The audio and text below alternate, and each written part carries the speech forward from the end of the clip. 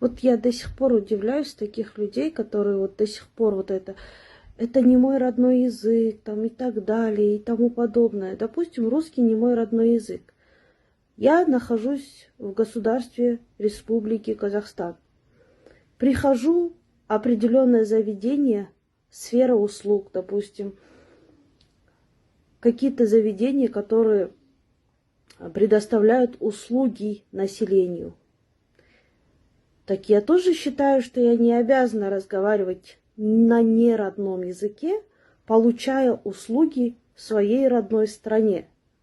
Как бы между собой вы можете хоть по собачьи лаять. У себя дома вы можете хоть как разговаривать.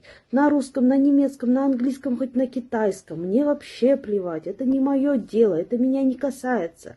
Это вообще, в принципе, никого не касается, кто как разговаривает у себя дома или между собой, или во дворе, на улице, неважно. Но когда дело касается обслуживания населения, здесь уже есть определенный закон. По законодательству Казахстана, по закону о языках, любой человек, получающий определенные услуги, имеет право получить услуги на государственном языке. Это даже не право, не привилегия, это как бы обязанности обслуживать на государственном языке. Если человек, который получает обслуживание, не понимает государственный язык, он также имеет право получить на второстепенном, допустим, на русском языке обслуживание. У вас никто же ваших прав не отбирает. Мы просто требуем равных прав. В чем проблема?